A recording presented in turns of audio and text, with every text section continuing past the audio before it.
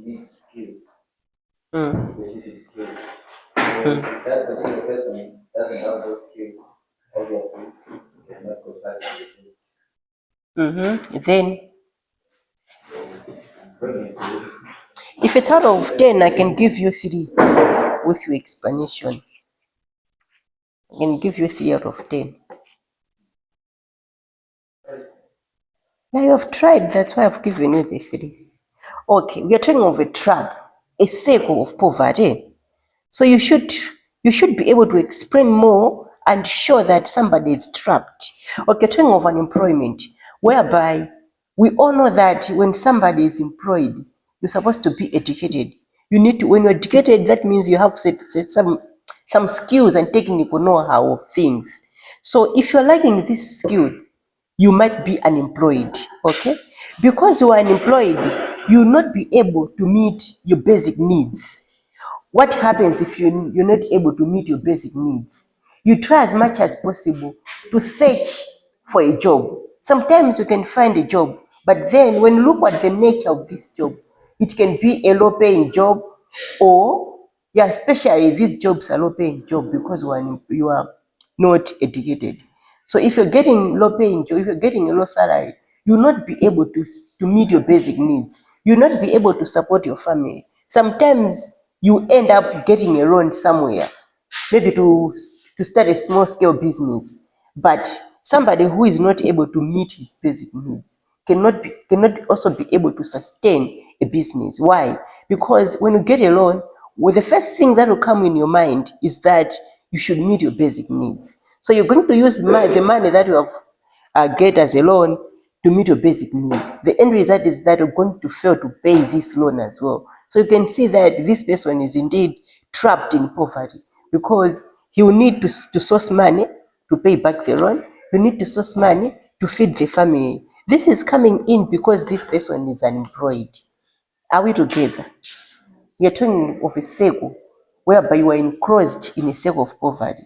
So there is a lot that is involved in the talking of unemployment whenever you're explaining about a trap.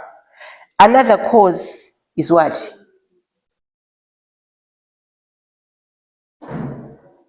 What is the cause of deprivation trap? He mentioned of unemployment. Another cause, today's class is all about discussions. I'm not going to be my PPT. We need to discuss. We're talking of deprivation trap, a condition whereby somebody is enclosed in a circle of poverty and he's failing to get out. One of the causes is unemployment. Another cause,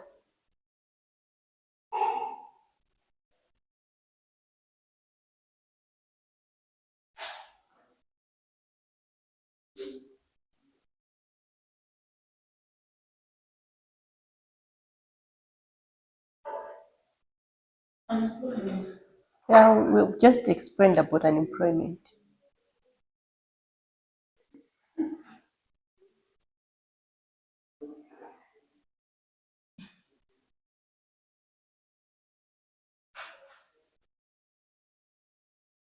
Yes, What about poor family plan? poor family planning. What brings in poor family planning? They had a number of the members of the family. The more people need the basic needs that children or not. Okay, comma, no. There's a reason for that. Maybe it's illiteracy or um, culture. So you need to explain in a way that somebody is going to understand it. So sometimes it's culture. Sometimes it's religion that prohibits people from using family planning methods. So people can be in poverty because of large number of people in a family. That point can give you few marks. much as you'll be able to explain it as a trap. Another point,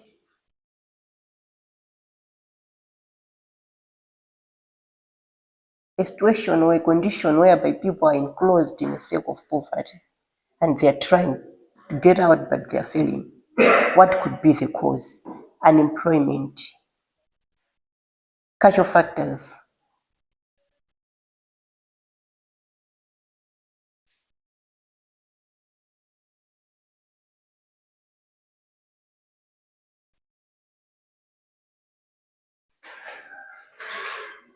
Yes, you must have an ID. Ines, I don't have. Because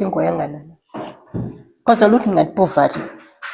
You want to tell me that you don't know the causes of poverty in your communities?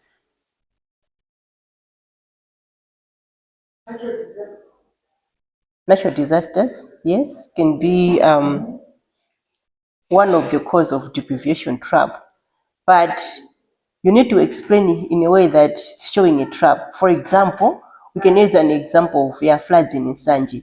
Those people are trapped in poverty because they experience floods each and every year, of which even if they try to get out of it, because they are trapped in poverty, as well as the weather and geographical location of that area put them in that situation. It's very hard for those people to develop. So they are trapped in poverty because of natural disasters. Another point, lack of what? That one maybe can be explained in a certain point.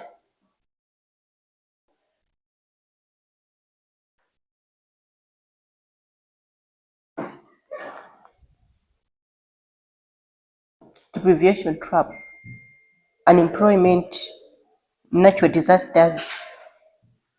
Another cause, discrimination. Okay. Yeah, discrimination can be a cause of trap, but maybe that one we should include it in isolation, a geographical isolation of societies. Naturally, some societies are isolated geographically, that they are far from social services like hospital, good roads. So these people, they lack these resources, whereby if somebody is not exposed to good roads, it will be very hard for these people to travel from one area to another to do businesses, as well as we're talking of geographical isolation, especially rural areas. They are isolated geographically. They don't have good social services, including hospitals. They might have hospitals, but with no resources. So if people are unhealthy in a community, productivity is going to be low. The end result is that they're going to be trapped in poverty. Another thing with isolation of poverty geographically is that these people in that particular community cannot be able even to find peace work. If we compare them with those living in rural area, in urban areas, this is because in urban areas there are a lot of industries, a lot of organizations whereby people can even seek um, jobs that require no skills at all. But people that are living in rural areas have got no access to this job as well. The end result is that they're going to be trapped in poverty. So there's geographical isolation, unemployment, natural disasters. What are the other causes of um, this trap? Economic instability. So whenever we're talking of poverty, you don't have to forget about economic poverty, which is economic instability. So when economy is not stable in a nation, a lot of things are not going to work. Even if you try hard to meet your needs, it will be very hard for you to achieve your goals as well. You can't even pay school fees for your siblings, for your children. The end result is that you're going to be trapped in a certain circle of poverty. So economic poverty is also a cause of deprivation trap. Another cause is lack of education and skills. So if people are lacking education and skills, they'll be trapped in a lot of poverty. Think of a farmer who is not experienced or trained in farming. That particular farmer cannot even be able to connect irrigation system. So farming that is done without skills, the production of that farmer is very low. The end result is poverty. There's a lot in schools. You are trained in a lot of things. So if you like this kind of training, if you like skills, you end up being encroached in a cycle of poverty. We mentioned of vulnerability. Vulnerability is how exposed somebody is. So psychologically, people in our societies might be exposed to a lot of harm. Psychological exposure, whereby she mentioned of isolation. Somebody who is psychological affected end up being isolating themselves in a lot of groups. So we can say that vulnerability is also a cause of deprivation trap. What could be the other cause of deprivation trap?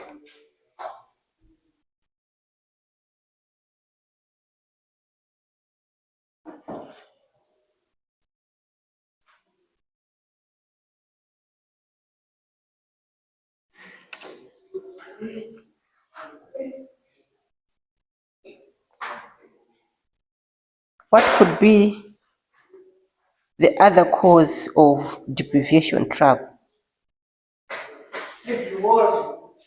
Pardon? War? Yeah, war. Wars and natural calamities. So wars can expose people to poverty. Think of that war that was happening. I don't know if it's still happening in Ukraine. That one has exposed people to poverty, that it is going to be very hard for that nation to get back to normal. So wars are also one of the causes of deprivation trap. Are we together?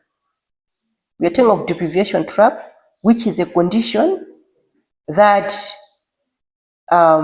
people are encroached in a cycle of poverty that they are failing to get out of. So when you're explaining this about deprivation trap, you need to show that people are trapped, people are enclosed of a cycle of poverty and they're trying to get out, but they are failing. You don't have to explain it as poverty in general, because when talking of poverty, just poverty, people can get out of poverty. People can work hard and get out of poverty. But on talking of a trap, they try as much as possible to get out of it, but they are failing. And the other topic is socio-economic context of development. Socio-economic context of development. When talking of socio-economic context of development, it refers to the cooperation between social and economic factors that shape the development process within a society. So, when talking of development in a society, there are two things that we need to consider: social and economic. So, in terms of socio-economic development in a society, these are the things that shape development in a society. So what is it that we need to tackle when we're looking at socio-economic development? One of the things we need to discuss is of economic growth and development. That's the economic development. In a nation, in a community, or can say in a society, for you to tell that this society is developing, this society is growing, you need to look at economic growth of it. You need to look at the development of it. So what's economic growth? What is economic development or economic growth? In terms of economic growth, this is the increase in countries' output of goods and services over time. So if a country is able to output goods and services, then that nation is going to be very easy for it to grow economically, because economic is measured in GDP, growth per development. So a country to develop, it needs to output goods. to export goods to other countries. So you'll be able to tell that economically this nation is growing because it is able to sell goods outside the nation. That's the other thing to measure when you're looking at development of a nation. What about economic development? Because we're talking of economic growth, we are looking at the increase in the country's outputs of goods and services. What about economic development? This one is a broader concept that includes economic growth. Also, it comprises improvement in living standards, poverty reduction, and income distribution. So, there's a difference between economic growth and economic development. Economic growth, we are looking at the services that a country is able to output, or I can say the services that a country is able to export. But when looking at economic development, we are including economic growth as well as improving living standards of people. We are also including poverty reduction as well as income distribution.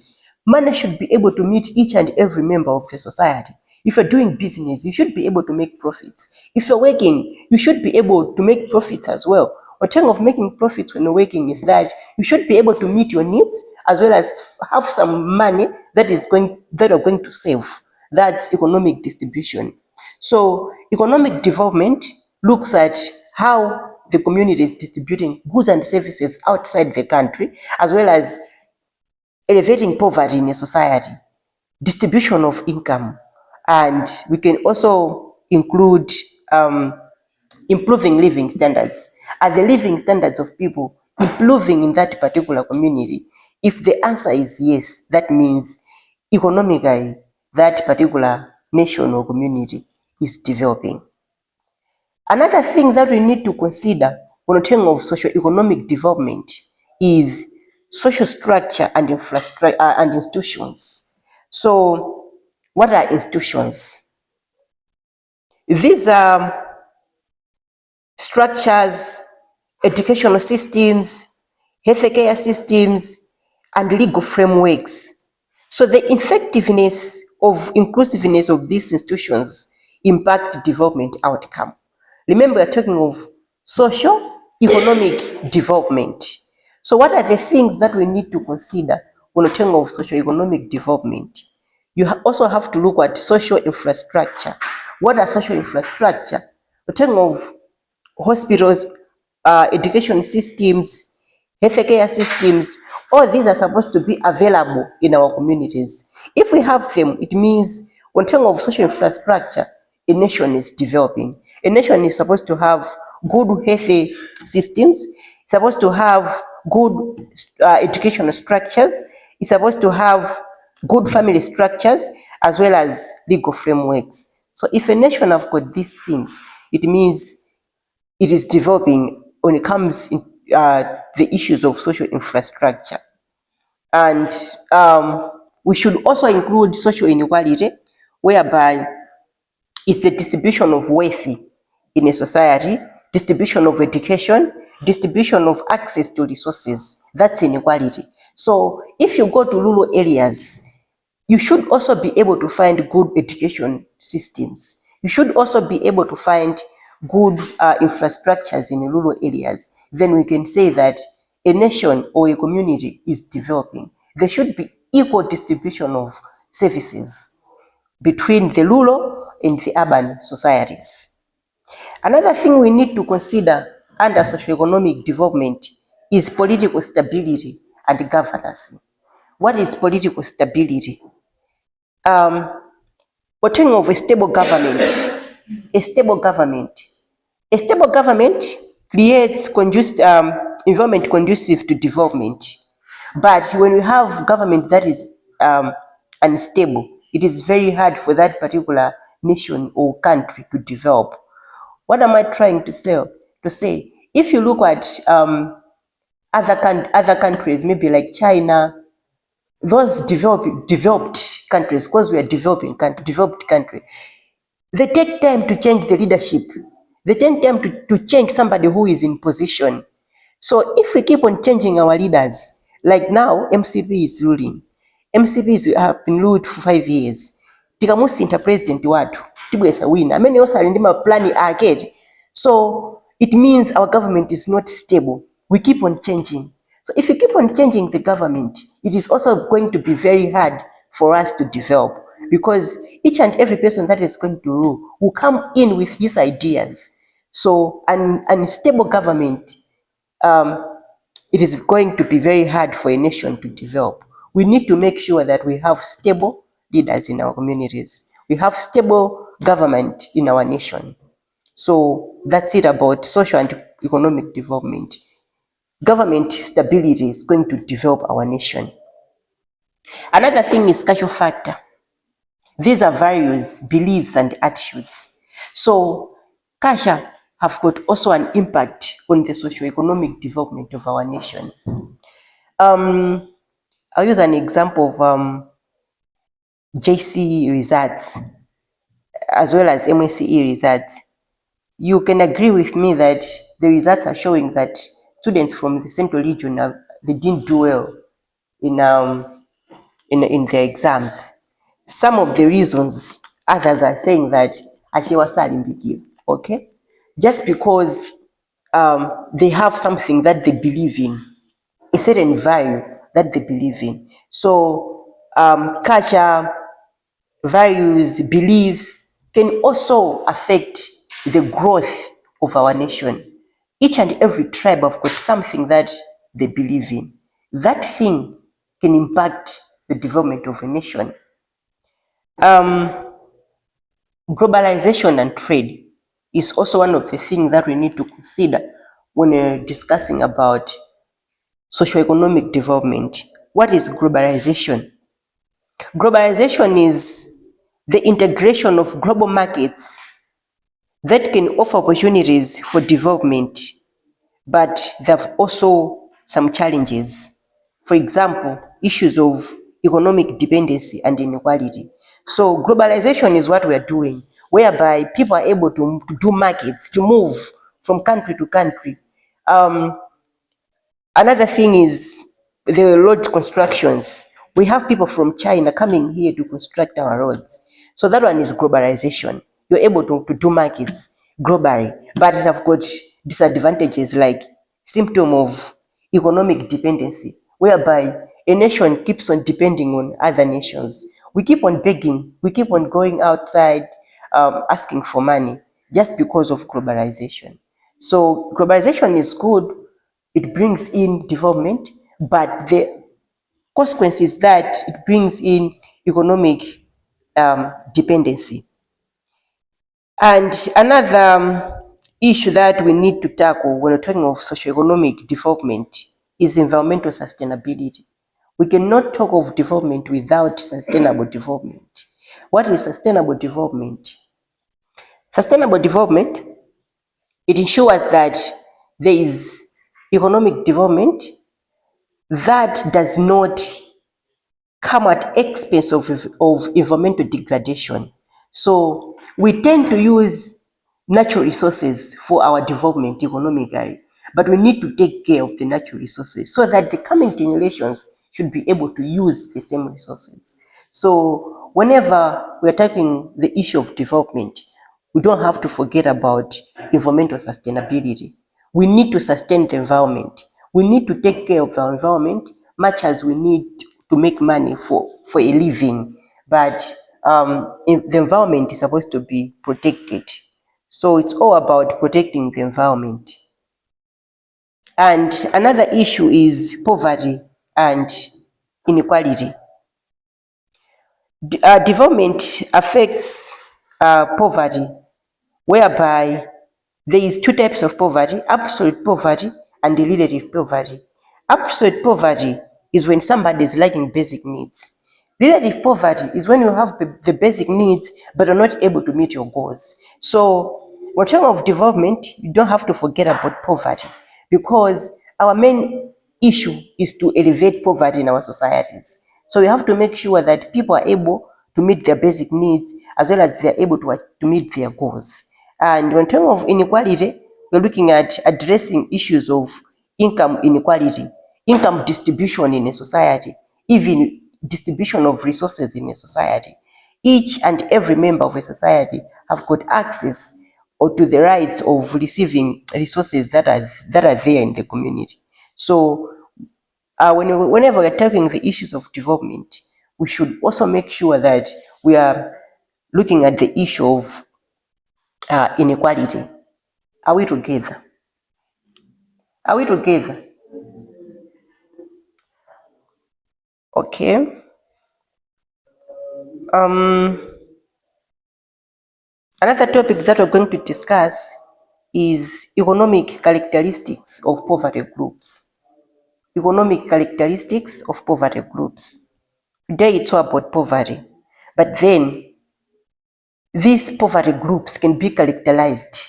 Of course, we are living in poverty, we are all poor, but you're able to characterize a certain group that is in poverty economically, because we can also be in poverty on the social side. Lack of infrastructures, that's also poverty. So we are trying to characterize poverty economically. So what does economic characteristic of poverty group consider? On terms of economic characteristic of poverty group, the first thing to consider is income level. So income level is one of the most defining economic characteristic of poverty group. Individuals and families living in poverty typically they earn significantly less than the minimum income level respectively in a society. So there is a minimum income level whereby somebody is supposed to earn. If you earn more than that, then you are not, you don't belong to this poverty group. But if you're earning less than that, it means you belong to that poverty group. So one of the measure of this group is income level. So for example, in USA, they measured that approximately 11.4% of people are living in poverty, meaning that 13 million people are living below poverty line. That means they are earning less than the expected amount. So let's consider Malawi. How many people are living below poverty line?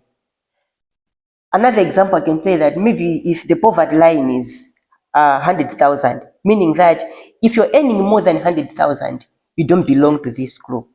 That if you're earning less than 100,000, it means you belong to poverty group. So how many people are earning more than 100,000 in Malawi? We can see that a huge number of people are earning below 100,000. That's below poverty line. So income level is one of the characteristics of poverty groups. Another characteristic is education. So this plays a very important role in determining individuals' economic perspective, meaning that when we consider somebody who is educated, that particular person will be receiving a huge salary compared to somebody who didn't go to school. So we can say that those people, a lot of people that are living in poverty, they have low education levels in a lot of societies. So education is also one of the characteristics of poverty groups. A lot of people that are living in poverty, they didn't go far with their school, with their education, and because of this, they earn less and they even fail to pay school fees for their siblings as well as relatives. So education is one of the characteristics of poverty groups. Another characteristic is access to resources. Resources like land, hospital, all these will put people in poverty. If you don't have access to land, then where are you going to do your farming? If you don't have access to education, because in terms of resources, we are looking at education systems, we are looking at good roads, all these are resources. So lack of access to these basic resources can lead to poverty. So there are a lot of people that are lacking this access, especially those people that are living in rural areas. So we can say that a lot of people in rural areas, are living in poverty because they have no access to resources. Another characteristic is social capital. What is social capital? These are networks. These are connections, relationships that people have in a community. They help in alleviating poverty. So you can see that some people lack this social capital. They have no friends to connect them. They have no relatives to connect them, no network. So if a community or a society have got no networks, it is very hard for that particular society to develop. These networks help in business, doing businesses. That's why you're able to call somebody, hello, didn't this get your bullet? Just because you have a network with that particular individual. So social capital is also one of the characteristics of poverty group.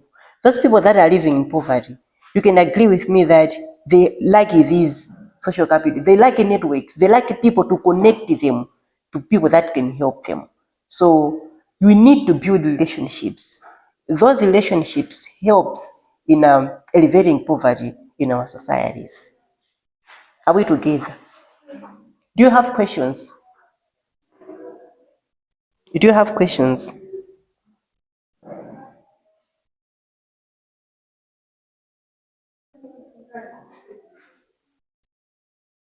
You don't have questions. Okay. Can you get a piece of paper?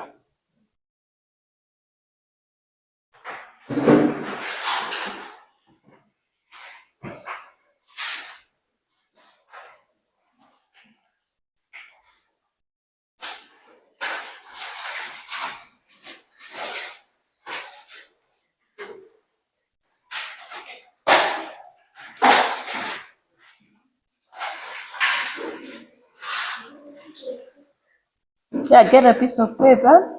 Write down your name.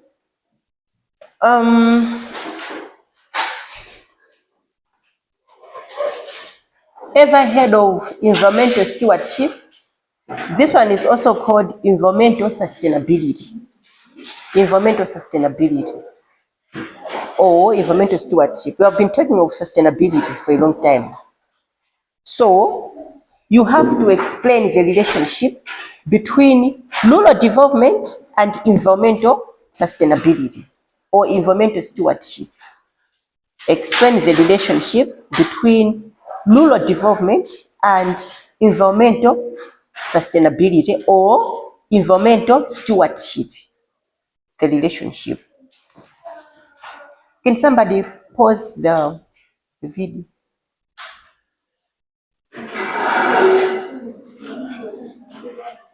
Relationship.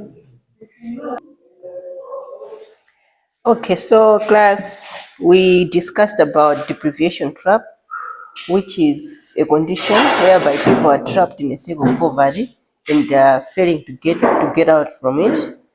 We looked at the causes of deprivation trap, which is unemployment, education, poverty, vulnerability, and even social capital being a cause of deprivation trap. We proceeded with looking at socioeconomic context in development. So we look at some of the things to consider when we're discussing about social and economic development. These are the social and economic development things that help in developing our societies. So we mentioned of globalization, we mentioned of social capital as one of the things, and to discuss what kind of social and economic development. We even discussed what economic development is, and we looked at economic development and other terms to consider when talking of socio-economic development. Last week, I gave you classwork of which we are looking at methods in community development.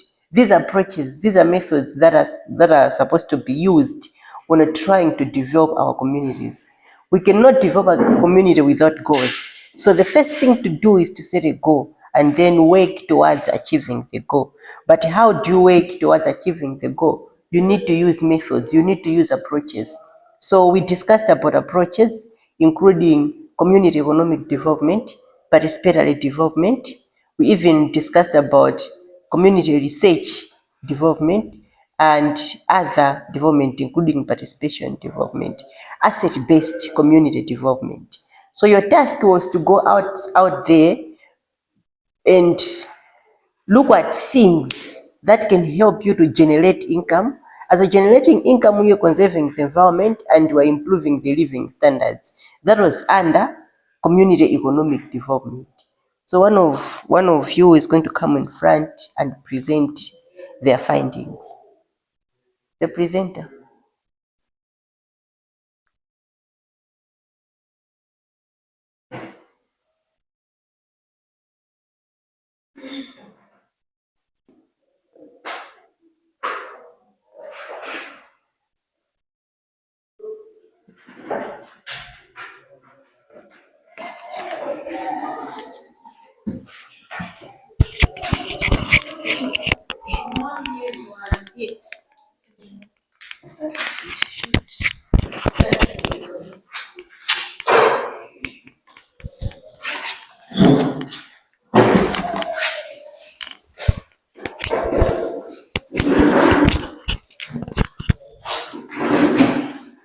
Good morning, everyone.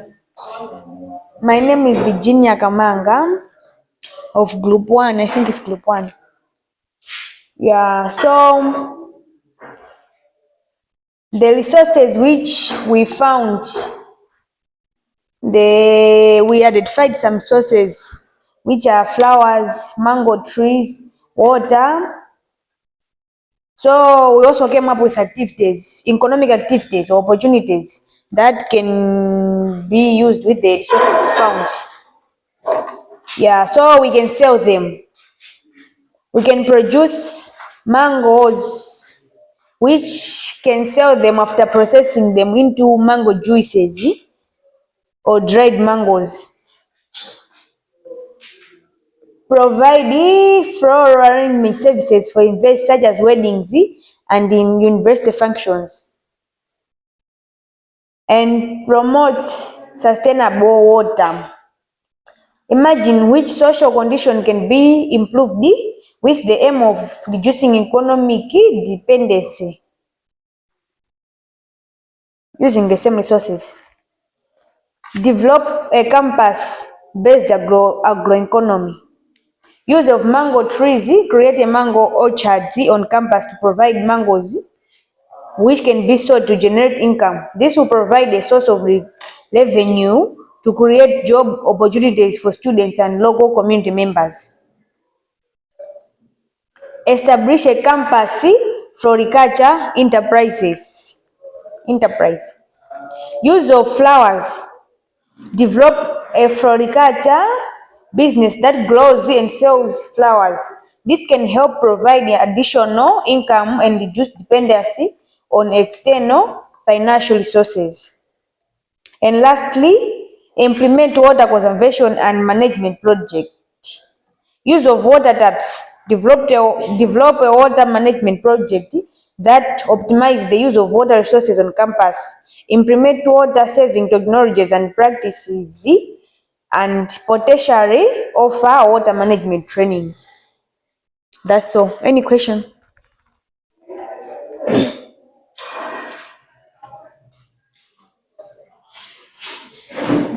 Thank you. Clap hands for me.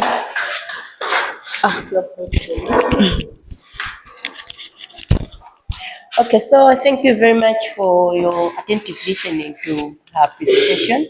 That was about community economic development, whereby you need to create economic opportunities of which you're going to source money and help improve your living standards while sustaining the environment. That was about community economic development. We use the available resources that are in the community to generate income activities as well as improve your living standards. Next class, we are going to discuss about rural development and environmental stewardship or environmental sustainability. But then I was checking some of your work that I've submitted. Issues of deprivation trap. I said you need to explain about deprivation trap. So in case you come across this kind of question in my exams or any other exams or a different topic rather than this, but I'll give you something to explain, you need to include everything you know about that topic, not just the definition. You have defined deprivation trap. We looked at the causes of deprivation trap, explain the causes of the trap. That is all about explanation. What matters is the marks. You need to check the marks. If it's about 20 marks, you can't just define something and then you expect to be given 20 marks. So on the deprivation trap as well, you need to show that somebody is trapped in poverty, not just stating about poverty. You need to create a gap that will show that there's a trap. So all in all, I wish you a good day. Yeah, that's the end of our class today. We'll meet next week. I was told that only one group is ready for presentation. If you're ready to present, then you can come and present. But you can present next week if you don't mind. Pardon? Okay, then we'll present next week.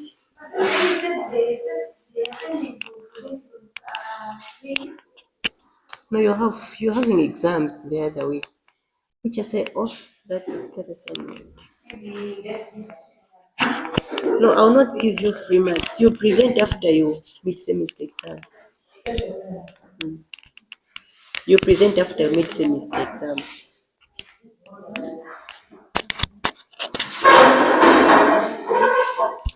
Don't forget to give me group names. Your group name.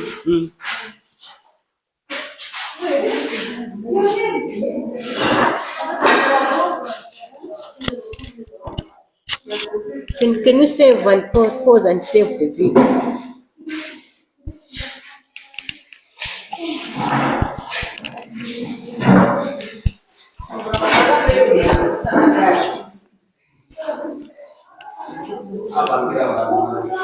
Yes, I don't know. This looks like.